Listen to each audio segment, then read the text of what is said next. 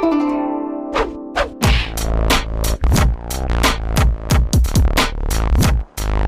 everybody. My name is David Earl, or as you may know me, SF Logic Ninja, and I really don't care what you call me. That's the catchphrase, and I'm sticking to it. Welcome to my little presentation. I'm really excited to kind of show you guys some of the creative worlds that I live in Logic, and I just wanted to show you a couple of some of the ideas and some of the things that I do, and some of the ways that I use Logic creatively. And then later on at the end of this, we'll have a question and answer period where you get to finally pick my brain live in person, which I'm sure will come up with some pretty cool stuff then. So just a little introduction. So back in the early days, my first experience with sequencing and doing MIDI and synthesis and all of that was in 1985. I was shown a DX7 hooked up to a Mac 2E. It wasn't even an Apple, or it wasn't Mac then, it was Apple, an Apple IIe, hooked up to a 4-track, and it blew my mind out of my head, and I started learning synthesis and sequencing when I was about 12 years old. I'm a classical pianist, and I'm also a brass player. I toured around with some brass ensembles and wrote music for them, so I have a pretty rich classical background in practice doing actually playing and writing classical, but then I also had a very strong pull towards synthesis, sampling, and sequencing. I learned modular synthesis on a old Moog that took up an entire room. Caused a little bit of hysteria when I blew out all the speakers because I was trying an LFO at a little bit too low of a rate. So that was a very short-lived education, but I learned a lot, and it was great. So Logic was originally called Notator back in the day, and when I first saw it, I hated it. I basically hated all computers, and I thought that writing music on a computer is a complete joke. And but I really like synthesizers and stuff like that, so I was like, I started using those onboard sequencers that you get on keyboards. They started like putting sequencers on the keyboards, and I was kind of into that. And I had to learn all the other. I had sold equipment for a while at this company called Leo's when I was a teenager, and they had the manufacturers come down and show me their wares. They showed me Pro Tools, and they called it Sound Tools, I think, back then. And then Cubase and Logic and Digital Performer and Studio Vision and all these things. And I learned all of the programs, and I ended up doing a lot of studio consultations and things like that to help people hook stuff up. I didn't actually use this stuff myself, though, because I was still a lot faster when I used an MPC or when I used an onboard sequencer on a keyboard. And finally, eMagic, the company that had changed the name of the program to Logic, sent somebody to me and said, hey, tell us what you think of this. And they sat me down, and they showed me Logic in its current incarnation, which was only MIDI at that time. And it was such a unique environment. And it was such a compelling experience that I wrote a song right there on the spot. And I said, well, I guess this is the program that I'm going, this is what I resonate the most for my writing. Now, later on, when I got into doing remixing, I did remixing, I ran a studio, I did music for film and TV and games and all kinds of stuff. Logic was my main tool, but I use them all. I mean, I can use Pro Tools, I can use Digital Performer, I can use these things.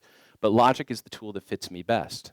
And I usually tell people, I'm not going to be the guy who's going to tell you why Logic is so much better than Pro Tools. That is like saying Mac is better than PC. And honestly, that's kind of don't you hate it when people get into those kind of arguments about like Mac versus PC or whatever?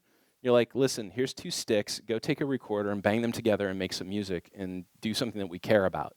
Like talking about Mac versus PC or getting stuck in forums, it's like, so how much work are you really doing? It's like it totally doesn't matter. But this is a tool that I think is really awesome and fun and creative, and I play around in it a lot, and I'm really excited to show you some of the stuff that I do personally. And it's mostly coming from a space of being creative and showing you some ways to solve problems and just having a lot of fun. So that's how I stopped worrying and learned to love the computer, was when I was shown that program and started getting into that world.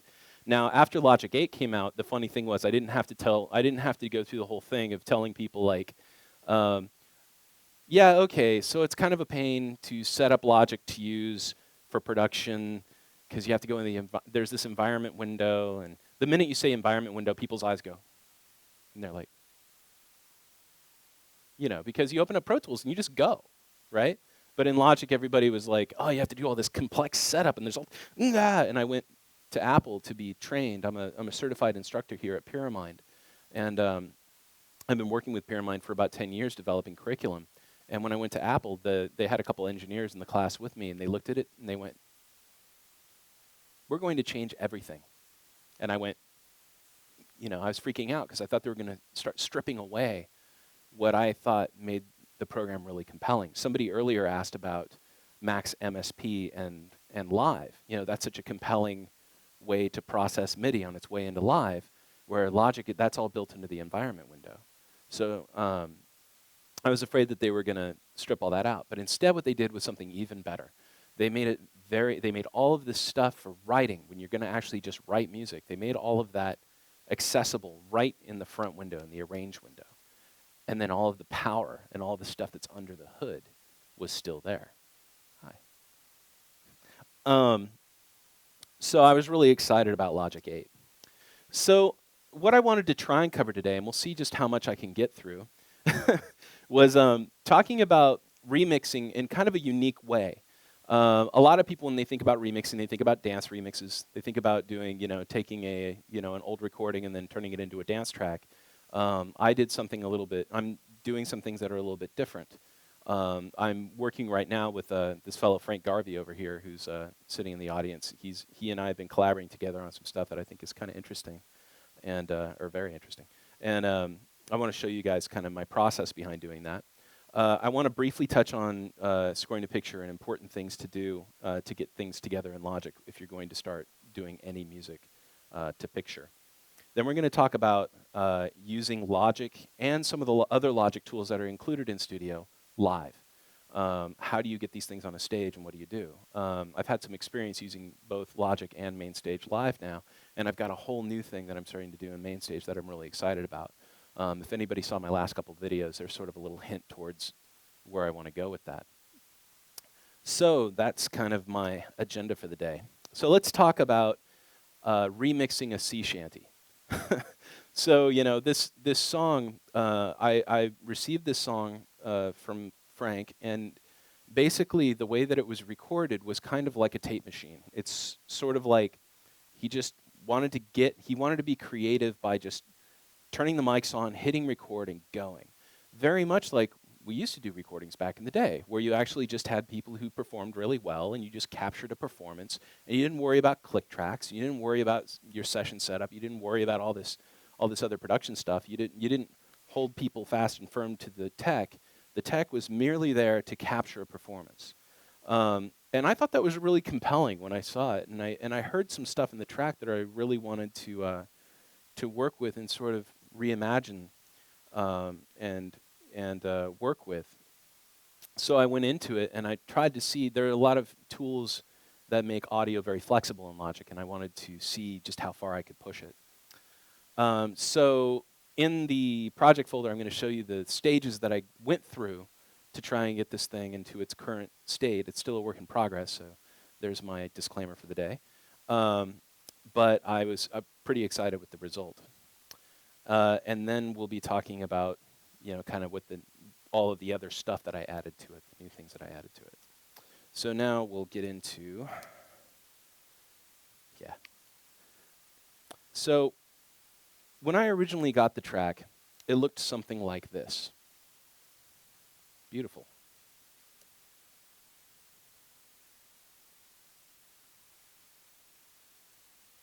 Hello? Is it hiding in one of my various? There it is. Okay. There we go. So this is kind of what it looked like. I like to use spaces a lot, so sometimes that's my downfall. It has all of these regions all over the place. There's some MIDI going on too, but I just mute that. There's edits, there's audio, he just went nuts creatively and just tried to get as much of the idea down as possible and just get it into Logic so that it was in a form that he could work with. And the initial tracks sounded something like this.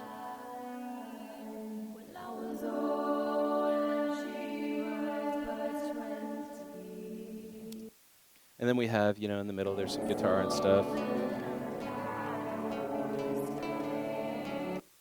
Get to the end.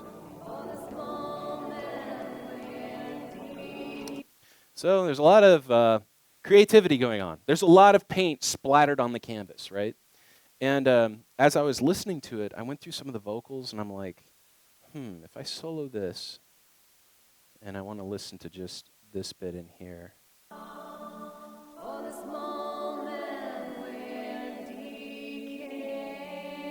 I was hearing all these multi-layered vocals, and I thought it was just this beautiful pastiche of ideas, and decided, you know, it would be kind of cool if, you know, I have something in my head. I've got this vision of what I think could happen with this song, and maybe we'll collaborate and make this happen.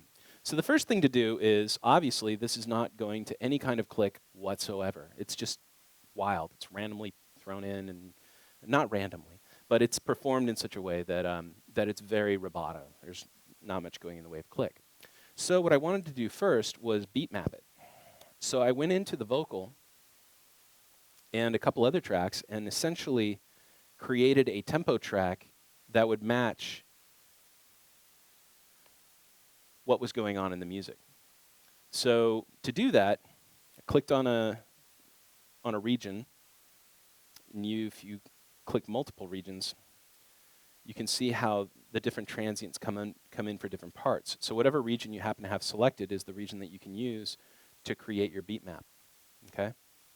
So over here, when I get into these vocals, I went through and I found what was the thing that was the most in time, what was going to be my guide, and I basically created a click that would play along with the song.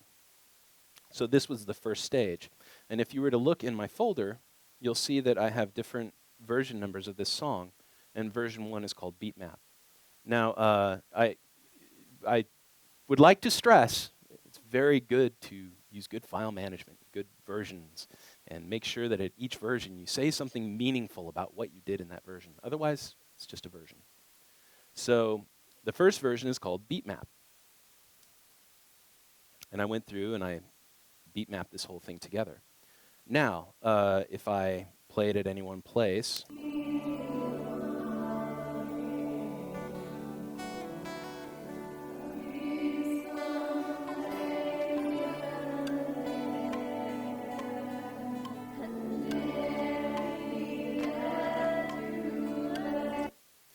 so the click is going to follow this thing down. Now what you do after that, I ended up using just the vocals. I ended up stripping out just the vocals, and the other stuff kind of went away.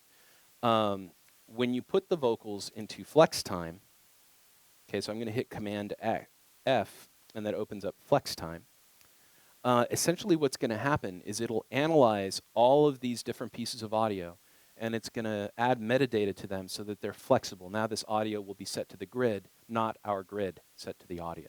Because what we're doing with beat map, and this is very, very important to understand as a concept, is that when you beat map, what you're doing is you're saying, the performer gave me this performance, and I want Logic to follow them. So when you beat map, you're telling Logic to follow the artist. You know, so you have somebody come in, they play this beautiful piano piece, and all of the emotion and the tempo changes and shifts and all this stuff that happens when they're playing. You know, you don't want to just immediately throw that on a grid. You want to be able to do things with it, and you want to have your performance in MIDI follow what they're doing, right? And then we go, and then, sorry, get kind of carried away sometimes.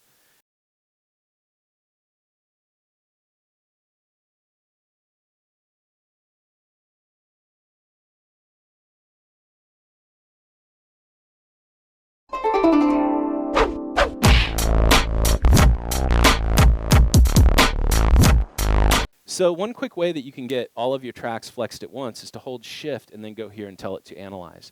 Now, I'm not going to do that because, of course, we'd have to sit here and watch it analyze, and then I'd have to come up with jokes, which I'm not going to do.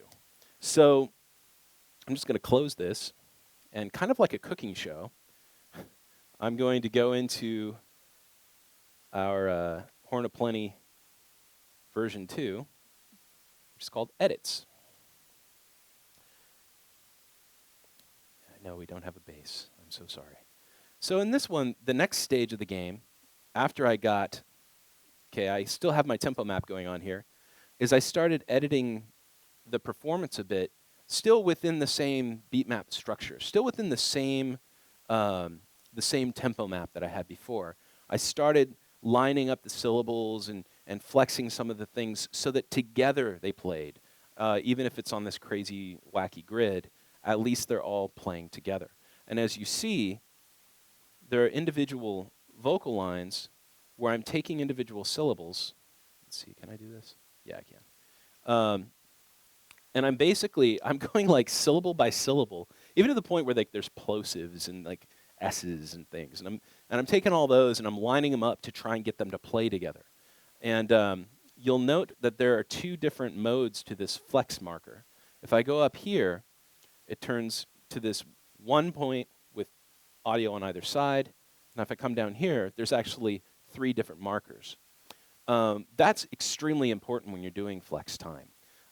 Flex time, for people who don't know, flex time gives you the ability to grab a transient in an audio file and move it around.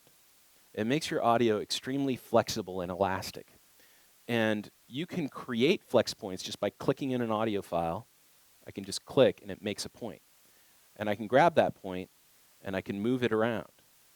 Now, when it looks like this, when your marker looks like this, your flex tool, essentially what's going to happen is any audio following to the right of that flex marker, if there's not another flex marker there, it's going to pull everything with it. Okay? So if I go to a piece of audio that's a bit more contiguous, that actually has some flex time going on. I just don't want to have to wait for it to analyze. Let me see if I can find another one. I'll tell you what, for our purposes, I'm just going to get rid of these by double-clicking on them. There we go. Now, zoom back in. And create a marker. And if I pull, you'll notice that all of the transients to the right are moving as well. If I come down here, it's going to make a point. It's going to make 2 flex markers, one on the front and one on the back, at the nearest transient that it detects. And then I can move around that syllable within those points.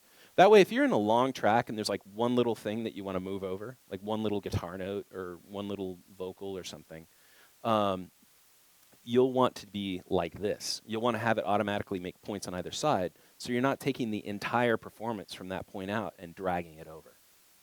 You want to just create this one little spot where you're in between this area and you just drag it over, and everything else is left alone. Okay? So that's kind of important. And as you see on this tune, if I zoom out a little bit and kind of give you guys a little bit of an understanding of, this is the rough edit. This is where I started roughing it out to the original beat mapped grid. That's not a lot of work, right? That's not so bad. It's not so bad. Big deal. What are you complaining about, Dave? Come on. But you can already hear the vocals starting to line up. There was a flaming horn of plenty. Also took all of the reverb off. And she was but 20. So I'm just trying to get them a little bit closer. So we'll close out of that, and now we're going to go to the next. And this is where I did a little bit more. The flex timing got a bit more serious. And you can see there's an awful lot of it. What we can also see is my tempo is a solid 80 BPM. Because here's the deal. All of the audio that I'm using for this song was on a flex track. I flex timed it, according to the original beat map. But when you change your tempo, when you change your grid, if everything is in flex time, it's now following your grid, okay? So when I was talking about beat mapping, I was talking about how we're following somebody else's performance, right? Does that make sense? Yeah? And then when we do flex time, now you're tied to the grid. So if you start messing with your tempo, it's going to lock in. So now we have a solid tempo, and the flex time is coming together a bit more. There was a flaming horn of plenty. Faster. To cascade streams of time. When love was old and she was but 20. Yeah, we made a song sublime. Excuse me. So this is when it's really starting to get tightened up. We've sped up the song a little bit, so the energy's up a little bit more. There's still no reverb on it, but now I have all of these flex points that are keeping everything on the grid. Now you'll note that there are some regions that don't have any flex markers on them at all. And honestly, this tune needed a lot of work in this area. It needed a lot of timing fixes and things to make it work the way that I wanted it to work in its new incarnation. But honestly, when you're doing flex time and when you're dealing with elastic audio in any program, I think it's very important that you only use it when you absolutely have to, you know? Because you don't want to, we live in an auto-tuned world, right? I mean, how many videos do you see with people freaking auto-tuned? Oh my God. You watch Glee, oh man, I shouldn't say that. But you watch anything and like people are like, they're like forced into this like, yeah. And what's kind of fun is that there are a lot of indie groups and people that are just sort of recording more traditionally and letting their music breathe a little bit more. But flex time, if you get too crazy with it, you'll end up screwing your performance up quite a bit. But this particular song, I felt it was really appropriate for what I wanted to do. And when we hear the final product, you'll hear that once it's processed and put into a context, it's pretty cool. It works really well. But now we're at a solid tempo, and the nice thing of being about being at a solid tempo is that now our song, if we were playing on the radio or if it was cinematic or something else, our tempo is pretty set, and it allows the production to go a little bit easier. Now, granted, your delays and everything will be timed and everything else.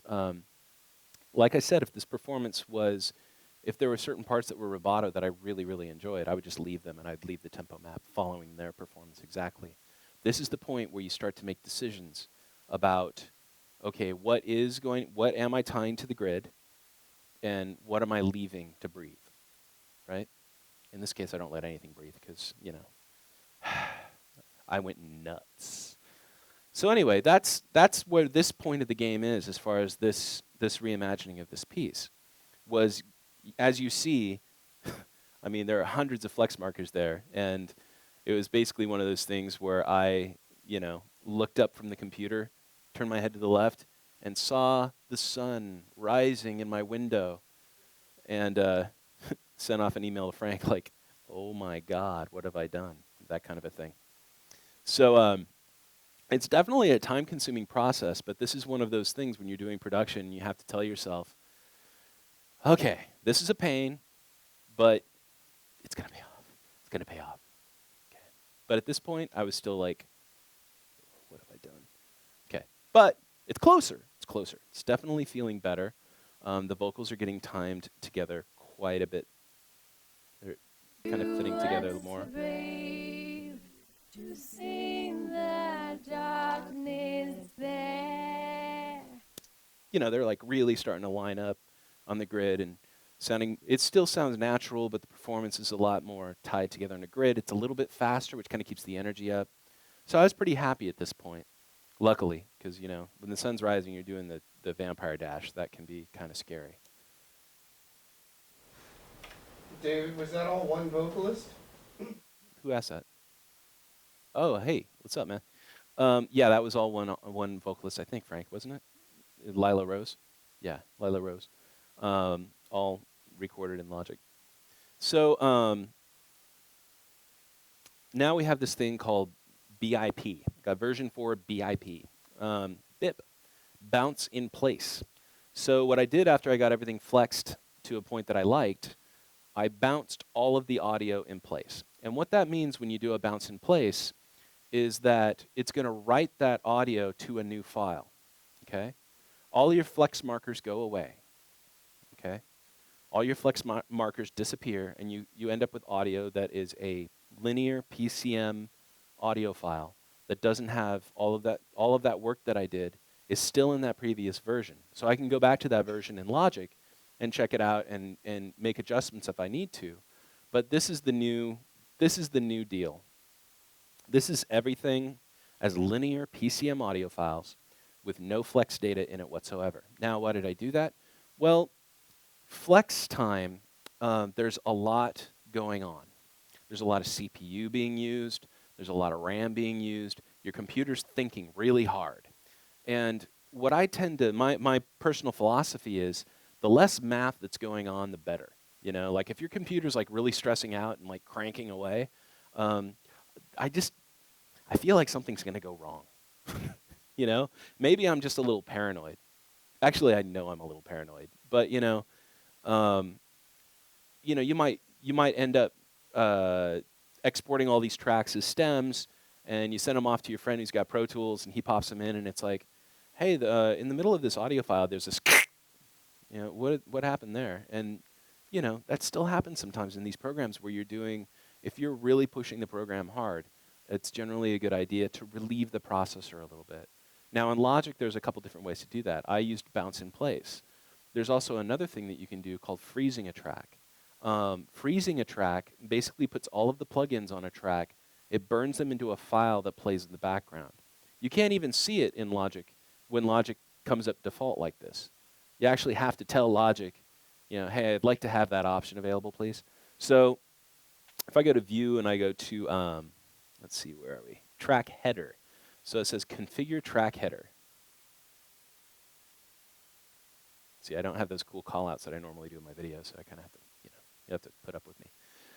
So these are the buttons that we see on our track header. If I click Freeze, that'll give me the ability to freeze that track. Now, freeze is really good when you have a stack of plugins. You got this giant stack of plugins that you have on your channel strip, and you want to, and your CPU is going nuts. One way you can offload some of that is by using freeze. Now, freeze is not actually showing, it doesn't write it and then wipe all your plugins out and then give you an audio file. It actually looks exactly the same. You'll see all your plugins there, but when you click on them, this little snowflake pops up. Like, no, you can't mess with your plugins because we're frozen. But it's easy enough just to hit the unfreeze button, and then you have access to those again. So the bounce in place that I was doing was basically relieving the processor of having to do flex time, of having to think about flex time and keep all that stuff in memory, and have all the metadata written to all these files, and have all these flex tracks open. I just wanted to kind of relieve the processor a bit. And if I open up flex time, you'll notice that it's all off. Now, if I wanted to, I could reanalyze this track and reflex it again. If there was some problem that I just could not, I'm like, this can't stand, then I could still go back in and I could still tell it, let's just take this one over. Okay, cool. But at this point, you need to commit at some point, right? So this is the stage where I commit. I bounce in place. I basically, here are my audio tracks that I'm working with, and my CPU now is going to be used to creating my new tracks, okay? Creating new instruments, adding to the song.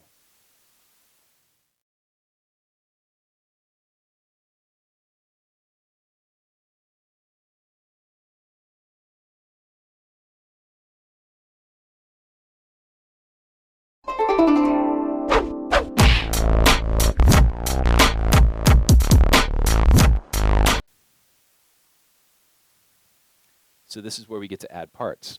Now, it's not going to open up all my parts because, of course, this is my laptop, and at home I have my tower. But I'll just kind of give you an idea of what my session ended up looking like at this point. Yeah, I know. Yeah, no license. Yeah, still no license. Nope. Yeah, okay. It's kind of like when you open Pro Tools sometimes, and it's like, you don't have this plugin. You don't have this plugin. You don't have this plugin. So that's just an example of all the stuff that don't have on the laptop. But now I want to show you at this point, here are all the parts bounced in place. That's all the audio from the vocalist. Then these are the MIDI parts that I added. And then at the very top, here's kind of a funny thing. This shows you how non-committal I am. These are all of the original edits, pre-flex time, that I have stuffed in a folder just in case. How did I do that?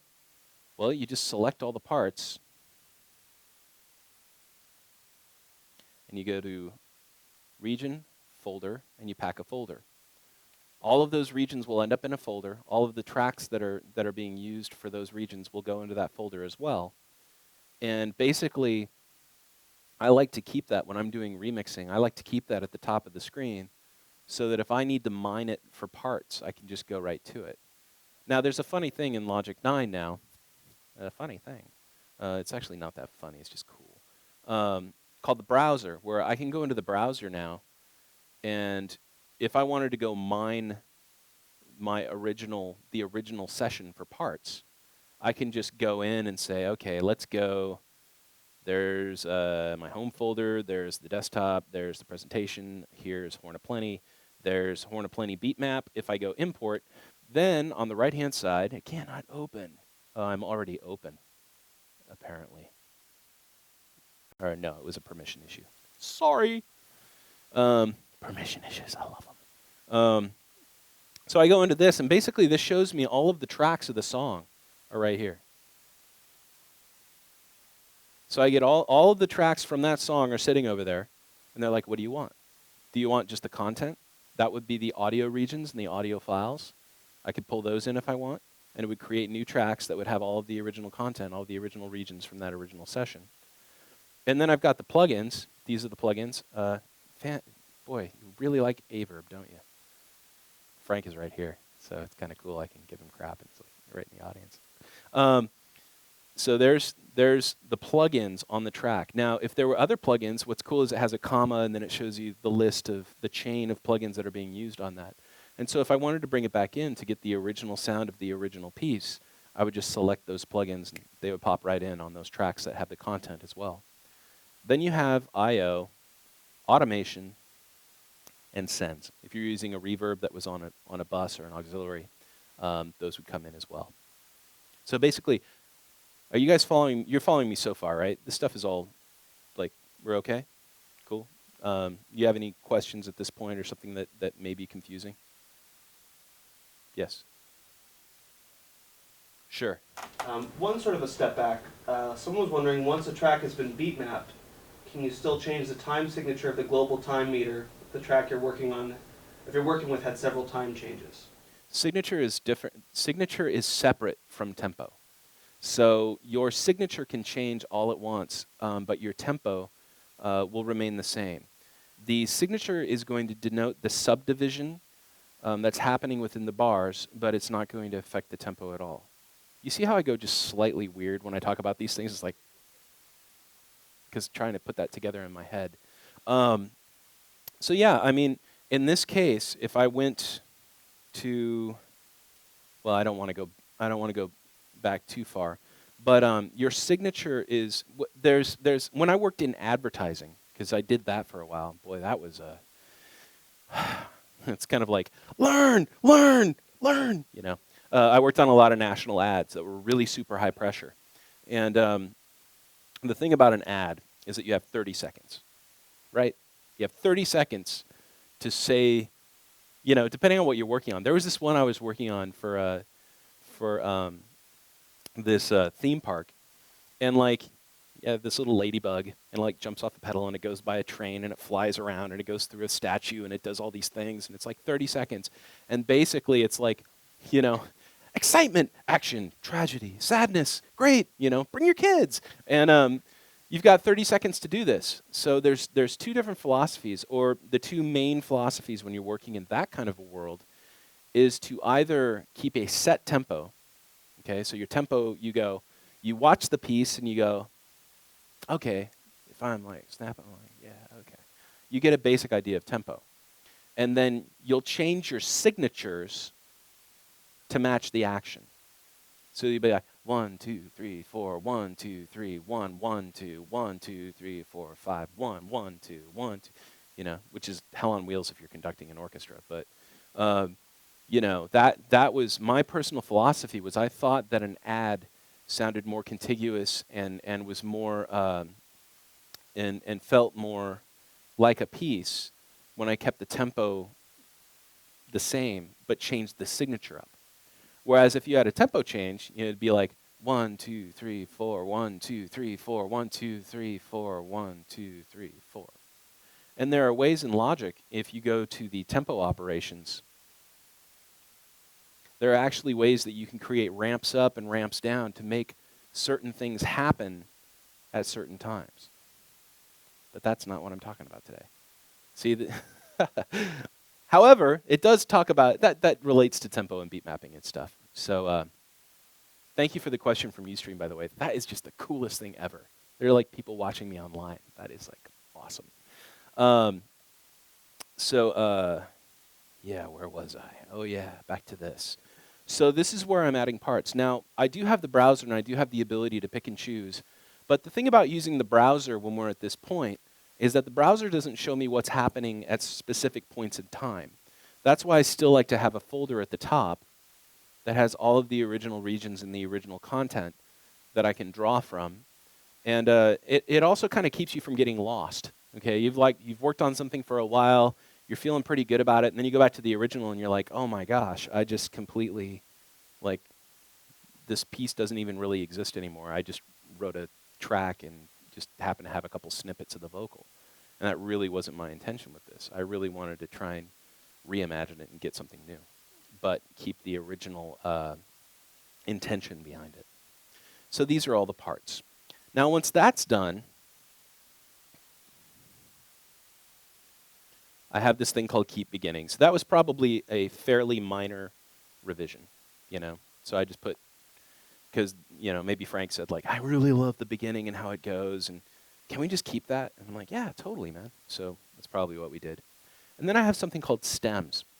So the idea of stems is that this was a paid project that, you know, had to be done by a professional standard, and at the end of, when you're done, you need to deliver to the client not just the mix. Now there's a lot of people out there. I love Tapehead. There are some people out there. There are some producers where when they write a track for you, they give you the mix and then they say, "There you go. See you later," and then they'll actually wipe it off their hard drive, you know, because they're like, "Well, I gave you the master. This is the master. This is it," and I just can't do that.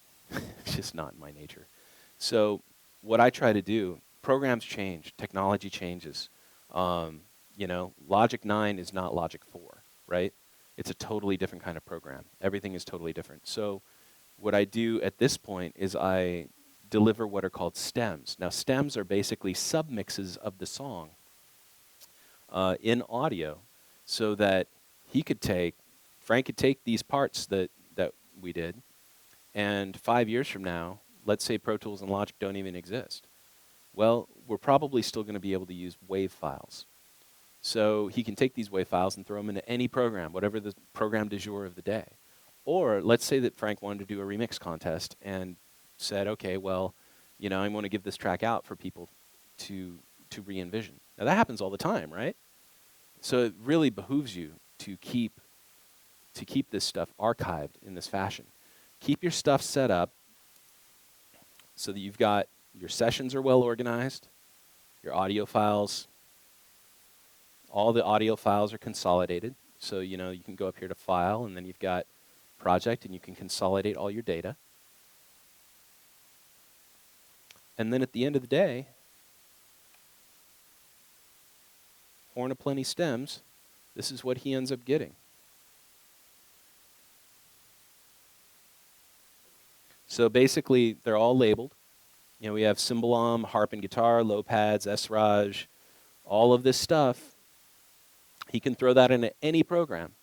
Now, when you're doing this, when you're actually bouncing the stems, I think it's important not to include your volume automation, right?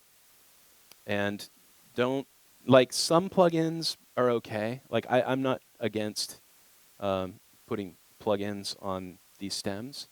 You want to make sure that your master output, when you're bouncing your stems, now the bounce in place function, if you want to just bounce them directly from the session, you can select them, hold Control, and then there's actual bounce in place is the first thing that comes up.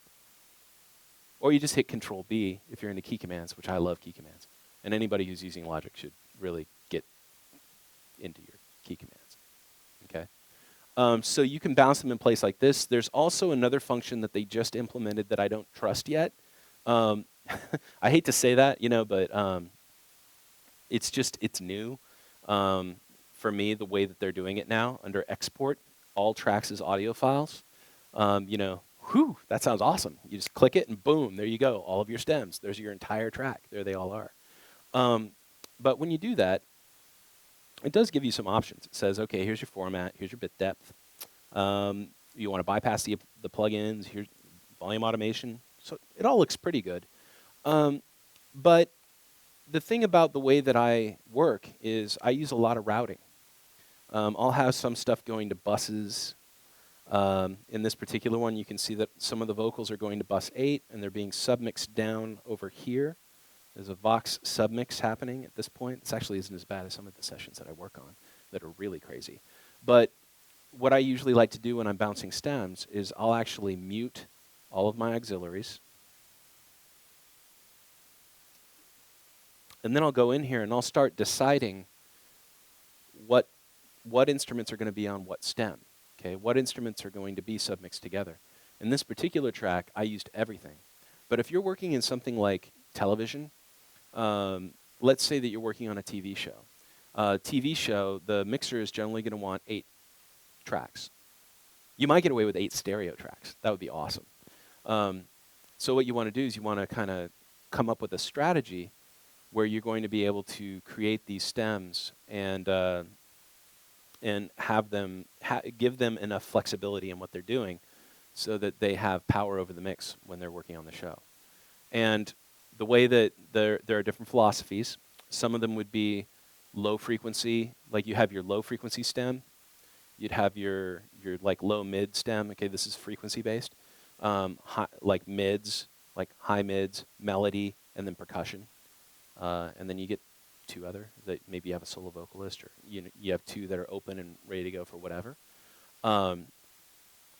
That in something like television, where you're given very strict parameters and strict guidelines to follow when you're making stems, it's a good idea to come up with a philosophy for bouncing out your stems so that it works within the medium that you're delivering for. Okay, so what I tend to do sometimes is go, okay, well, Lila's stuff is all blue right now. So what else do I got? Let's see. Is this a drum thing? No, that's a pad thing. So I have a color palette set up. Now, this color palette may look different than the color palette that you guys see in Logic if you open up a color palette or you ever had. To open up the color palette, you just hit Option C, and that opens them up. Now, what I happened to do was, instead of having, you see how these have gradients to them? Like this is like orange, and then it gradually gets more blue as we go left. Well, what I decided to do was use more primary colors at the beginning so that my stems, when I create stems, or if I need to create colored objects within Logic, there's red, and blue, and brown. Everything is really strongly colored.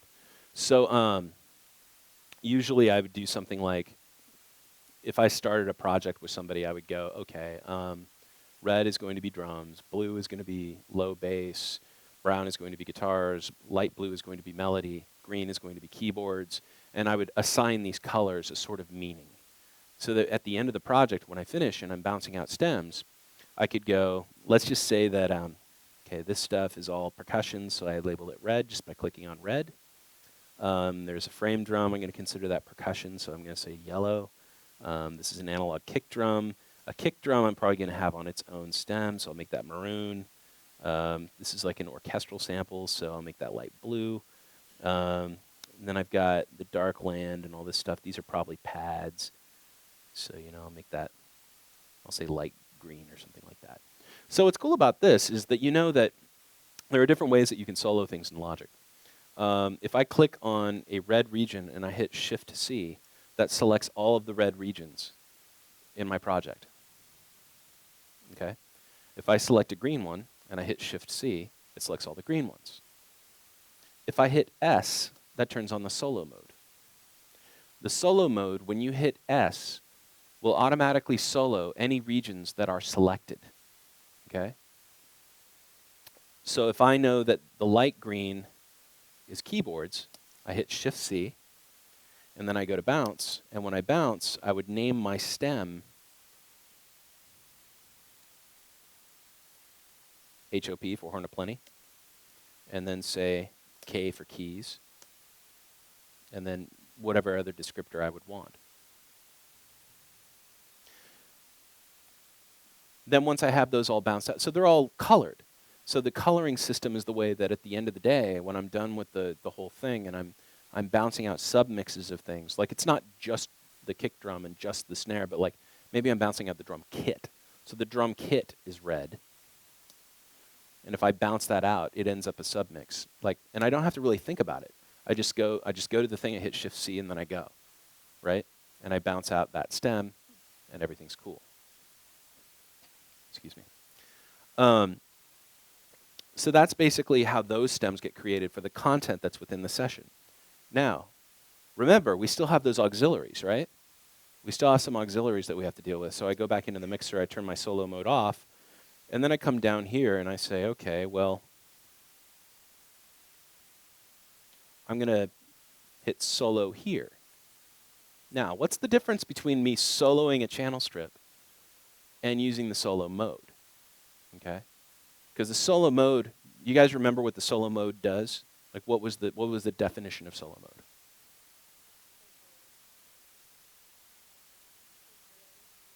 It plays the highlighted regions, right?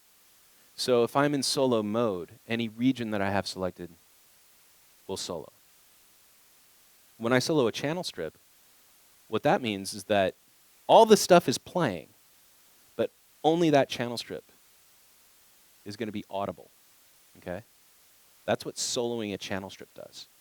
All of the other stuff is basically muted, and only what's on that specific channel strip is what you're going to hear. So what's cool about all that other stuff playing, that's a very important part of this definition, is that when I get over to my reverbs and I solo a reverb, all of that other stuff is playing, feeding the reverb, and then I get my own reverb stem, right? Now what's cool about that is that if, let's say this was for TV or film or something like that, they don't want to use your reverb. As cool as your reverb is, it's getting cut. However, if by some miracle they do decide to use your reverb, it's a separate audio file. And so all of your other stuff is dry, but then you have this audio file of your auxiliary playing, and it gives you the exact same sound as if you were just busing all that stuff to an audio bus and playing. Now, you know what else is cool about that? Is if, let's say you're doing a remix, and you feed everything through a reverb, right? And then you print that, and then you bring it back in, and then you slice it up, and then you recontextualize, you put it into a sampler. Sounds pretty cool. Anyway, there's just another idea for why you would want to do that.